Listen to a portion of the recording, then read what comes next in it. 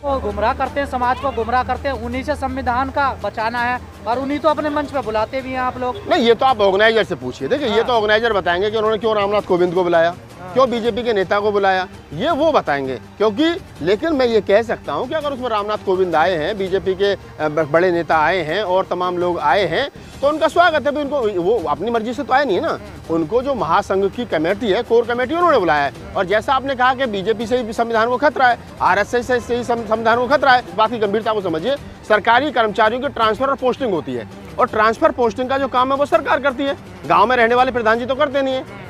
तो जो लोग सत्ता में हैं, सत्ता के लोगों पर दबाव बना करके लोगों का डिमोशन, प्रमोशन, पोस्टिंग कराई जाती है। तो सरकार के लोगों को बुलाया गया, आयोग के 2 चेयरमैनों को बुलाया गया, चौधरी चरण सिंह के पोत्रों को बुलाया गया। और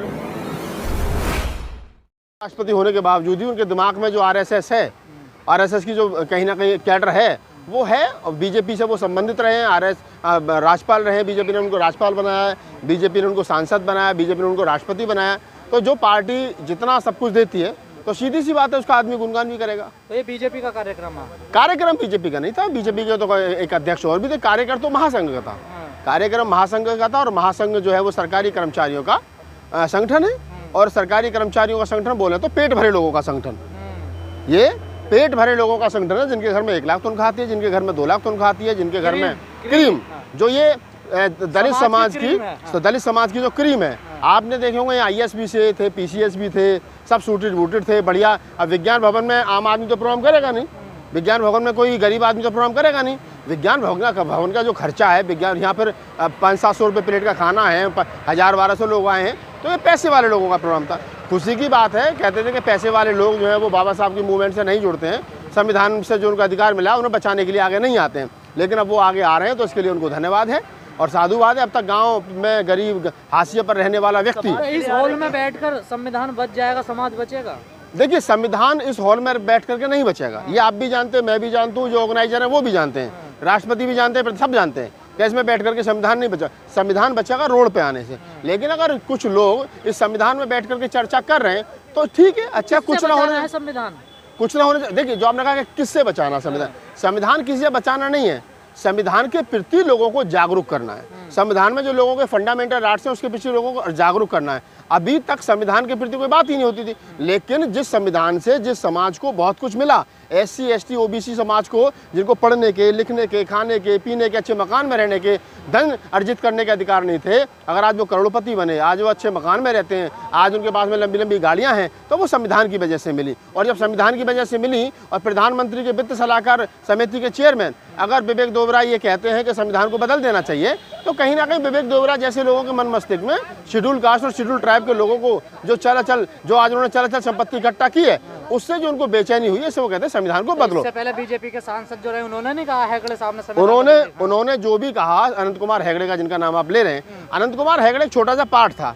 लोग अक्सर सोचते हैं चल छोड़ो क्या बात करनी है इन पे, लेकिन अनंत कुमार हेगड़े को छोड़ दिया जाए तो प्रधानमंत्री के साथ बैठ करके जो रोज वित्त सलाहकार है, जिसका काम है महंगाई क्यों बढ़ गई, डॉलर का रेट कैसे बढ़ गया, पैसे का रेट कैसे कम हो गया, टमाटर कैसे हो गया, महंगा हो गया, प्याज कैसे, तो वो रोज डिस्कस करता है। यही तो बात समझ में नहीं आती। आप क्या लोगों को गुमराह करते हैं, समाज को गुमराह करते हैं, उन्हीं से संविधान का बचाना है और उन्हीं तो अपने मंच पे बुलाते भी हैं आप लोग। नहीं, ये तो आप ऑर्गेनाइजर से पूछिए। देखिए, ये तो ऑर्गेनाइजर बताएंगे कि उन्होंने क्यों रामनाथ कोविंद को बुलाया, क्यों बीजेपी के नेता को बुलाया, ये वो बताएंगे। क्योंकि लेकिन मैं ये कह सकता हूं कि अगर उसमें रामनाथ कोविंद आए हैं, बीजेपी के बड़े नेता आए हैं और तमाम लोग आए हैं, तो उनका स्वागत है। उनको वो अपनी मर्जी से तो आए नहीं है ना, उनको जो महासंघ की कमेटी है, कोर कमेटी, उन्होंने बुलाया है। और जैसा आपने कहा कि बीजेपी से ही संविधान को खतरा है, RSS से ही संविधान को खतरा है, और बीजेपी और RSS की पृष्ठभूमि के लोग मंच पर बैठे हैं, तो फिर खतरा किससे है?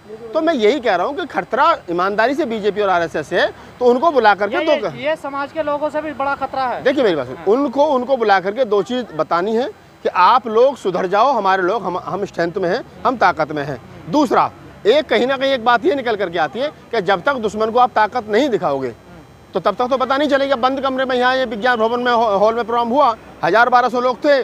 अगर ये सिर्फ शेड्यूल कास्ट के वक्त शेड्यूल कास्ट के ही लोग होते और वो प्रोग्राम करके यहाँ से चले जाते तो बीजेपी को तो पता नहीं चलता, रामनाथ कोविंद को तो पता नहीं चलता। लेकिन यहाँ रामनाथ कोविंद थे, आयोग के 2 मेंबर थे और एक बीजेपी के बड़े पदाधिकारी थे, तो वो वह थे। अब वो जाकर के बीजेपी के लोगों को बताएंगे, प्रधानमंत्री को बताएंगे, राष्ट्रपति को बताएंगे, कहेंगे कि विज्ञान भवन में हजारों की संख्या में दलित प्रबुद्ध लोग इकट्ठा थे और वो कहीं ना कहीं संविधान को लेकर के अवेयरनेस लोगों में भर रहे हैं, तो उनको अब जागरूक हो जाना चाहिए और तुम्हें भी सतर्क हो जाना पर चाहिए। संविधान के बारे में कोई बात नहीं हुई यहाँ पर, बाबा साहब का कसीदे पढ़े गए, उन्होंने क्या किया क्या किया, हाँ, कोई संविधान के बारे में तो बात नहीं हुई यहाँ। तो ये जितने लोग मंच पे बैठे थे इनमें संविधान का विशेषज्ञ था कोई? हाँ, तो जब फिर क्या संविधान का मतलब इस प्रोग्राम जब संविधान का विशेषज्ञ कोई अजय वक्ता आपने बुलाया ही नहीं है, तो संविधान पर बोलेगा कौन?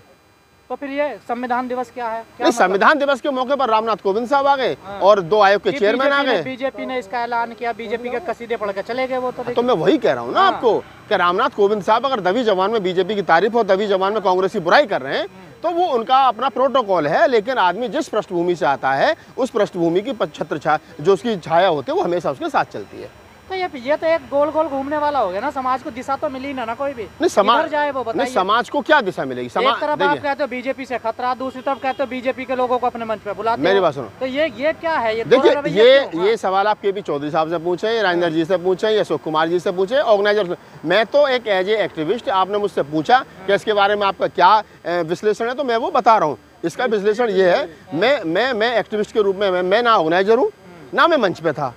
मैं जैसे तमाम लोग आए थे वैसे यहाँ था, समाज की पंचायत हो रही, तो हमने सोचा क्या लग रहा है गुमराह किया जा रहा है समाज को? नहीं, मैं ये तो नहीं कह सकता गुमराह किया जा रहा है, क्योंकि मैंने तो पर्ची कटवाई नहीं है 10 रुपए की भी इस प्रोग्राम के लिए। जब मैंने पैसा दिया नहीं है, तो फिर मैं ये कैसे कह सकता हूँ कि समाज को ठगा जा रहा है, समाज को गुमराह किया जा रहा है? टाइम तो दिया आपने भी। टाइम दिया, और भी दिन टाइम देते हैं। हमारे समाज के लोग जागरणों में जाकर के टाइम दे रहे हैं, मंदिरों में जाकर के टाइम दे रहे हैं। मैंने अपने समाज के लोगों के बीच में आकर के टाइम दिया है।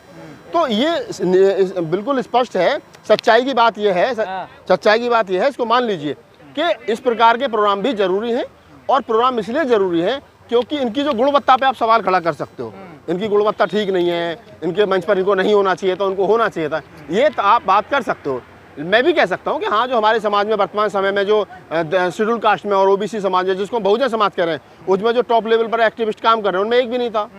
मंच पर लक्ष्मण यादव नहीं था, रतन लाल नहीं थे, इंदु चौधरी नहीं थी, और क्या नाम है, दलीप सिंह मंडल हो सकते थे संविधान में बोलने के लिए, और अपना बहुत सारे लोग हो सकते थे, मोहनदास निमेश राय साहब हो सकते थे, चंद्रभाई प्रसाद जी हो सकते थे, मैं खुद हो सकता था, राहुल नागपाल। लेकिन शेड्यूल कास्ट में, ओबीसी समाज में, बहुजन समाज जिसको कहा जा रहा है, उसके जो वर्तमान दौर के जो एक्टिविस्ट हैं, वो मंच पर नहीं थे, मंच पर राजनीतिक लोग थे।